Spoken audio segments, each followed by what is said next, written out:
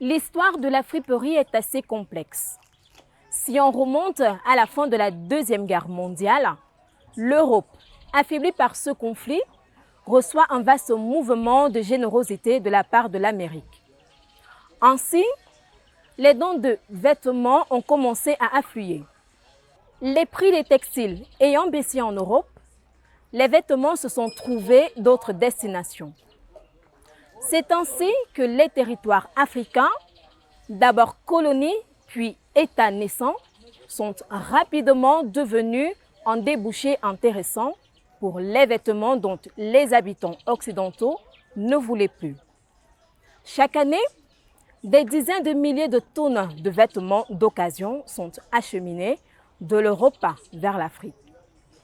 Au Cameroun, la majorité de ces colis atterrissent à Douala.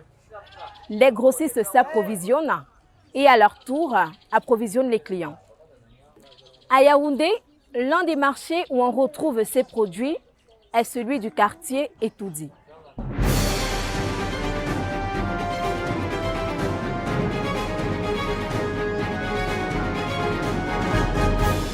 C'est avec deux jeunes hommes que l'équipe d'Investir Innover en Afrique TV s'est entretenue ce vendredi matin.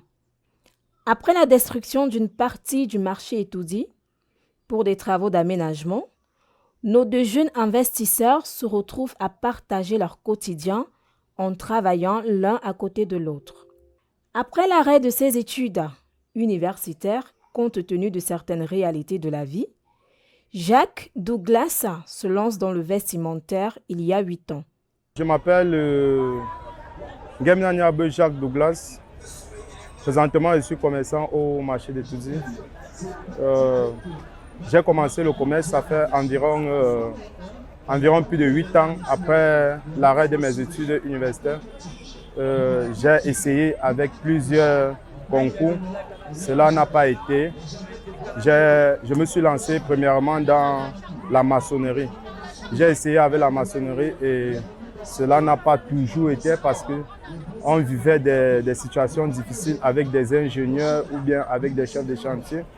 Bon, par-delà, je me suis lancé dans le commerce précisément dans la friperie. Et je crois qu'avec la friperie, quand j'ai commencé la friperie dans les années 2015, ça me permettait de résoudre des petits problèmes de famille, des petites difficultés de la vie. Ça m'a permis une certaine stabilité. Je crois que c'est par là que je suis resté dans la friperie jusqu'à nos jours. C'est après l'obtention d'un certificat d'aptitude professionnelle en électricité que Thibaut abandonne les études par contrainte et décide de mettre toute son énergie dans cette activité il y a 10 ans. Moi, je t'aime Thibaut. Comme vous voyez là, j'exerce le métier de la friperie depuis 10 ans. Et si la friperie n'a pas été ma spécialité, je n'ai pas aimé faire la friperie. Donc, c'est les circonstances de la vie qui m'ont amené à faire la friperie. Parce que nos parents nous disaient que il faut fréquenter et demain tu auras un bon travail. Et s'il s'agit que nos parents n'ont pas pu nous mettre à l'école, et c'est nous qui payons c'est moi qui paye ma pension. Et je suis arrivé à un certain niveau où je ne pouvais plus payer, je ne pouvais pas fréquenter et payer ma pension en même temps. C'est là où je me suis lancé dans la friperie. Donc la friperie n'était pas quelque chose que j'envisageais de faire. Donc j'envisageais de faire quelque chose comme la technique. Par exemple, j'ai un CAP électricité, il y a eu un CAP électricité. Donc pour moi la friperie, donc ça m'a surpris. Donc ce n'est pas un truc que j'ai aimé faire la friperie. Donc c'est un truc qui m'a surpris. Donc je me retrouvais en train de vendre les habits. Ce n'est pas ce que j'ai souhaité faire dans la vie. L'approvisionnement se fait localement et aussi auprès des pays étrangers. Nous avons les locaux dont nous achetons nos vêtements comme à Mokolo, Bata Mokolo. Nous avons ici à Jean Vespa, nous avons Eligja. Nous avons pour ceux qui ont un peu plus de moyens et ceux qui veulent développer mieux le commerce inter. Nous pouvons nous déplacer vers Douala. Douala, nous avons des très grands grossistes au niveau de Mbopi, au niveau de Kassa-la-Flamme. Nous avons les différentes marchandises. D'autres sont des 100 kilos, parce que la marchandise s'emballe en kilos. D'autres sont à 100 kilos, d'autres sont à 55 kilos, d'autres reviennent à 45 kilos. Oui, les 100 kilos qui viennent de l'Asie, la Chine, le Japon, la Corée.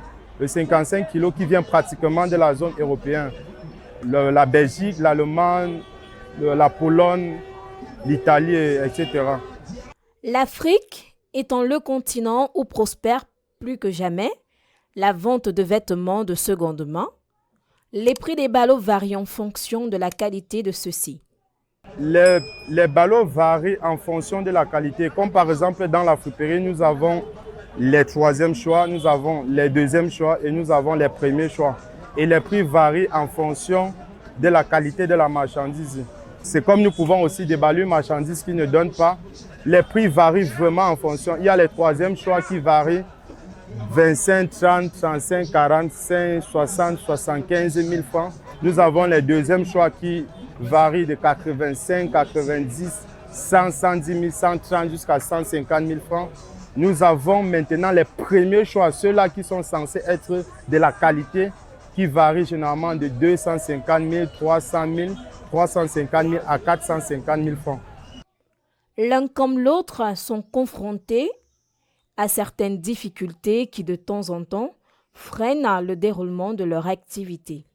Présentement, la friperie que nous faisons a eu un bouleversement, a eu une pénurie lors du Covid-19. Nous avons constaté que la friperie, du fait qu'elle soit déjà très très mauvaise et du fait que les débits des choses sont en train vraiment d'être élevés, les débits de dédouanement, les débits des prix des marchandises, puisque quand nos boss subissent des débits, nous aussi nous on subit des augmentations des prix.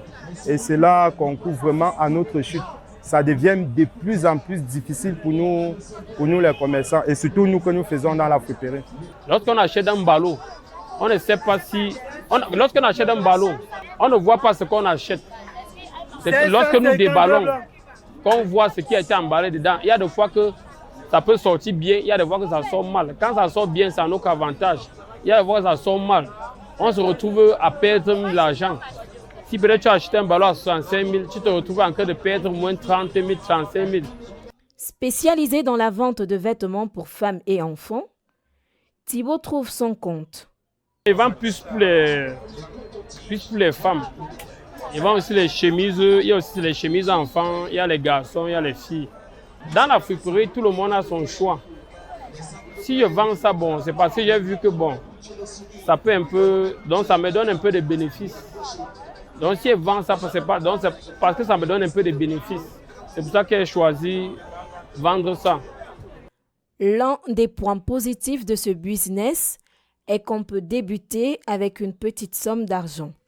S'il y a un jeune qui veut se lancer dans la friperie, je vais lui conseiller d'abord de se rapprocher vers quelqu'un déjà qui maîtrise la friperie, quelqu'un qui peut lui montrer les méthodes. Et j'aimerais qu'il puisse commencer. Si c'est moi, un jeune qui se rapproche vers moi, je vais l'apprendre plutôt à commencer dès la base. Donc apprendre soit les lancements. Commencer même avec un petit capital même de 20 000, prendre d'abord les lancements. Ça dépend maintenant dans quel domaine il veut se lancer. Puisque même dans la friperie, nous avons les domaines. Nous avons les domaines, par exemple, enfants. Nous avons des domaines vestimentaires grandes personnes. Les vêtements femmes, les vêtements hommes, les vêtements enfants. Maintenant, ça va dépendre dans quel domaine je peux le ramener. Maintenant, s'il doit commencer, peu importe le domaine qu'il veut commencer, il faut qu'il commence dès la base. La base, c'est de commencer de prendre d'abord les lancements, de choquer d'abord les lancements. Après, voir son processus de volume d'apprentissage. Et s'il s'adapte, il pourrait commencer par déballer le deuxième choix avant de toucher le premier choix.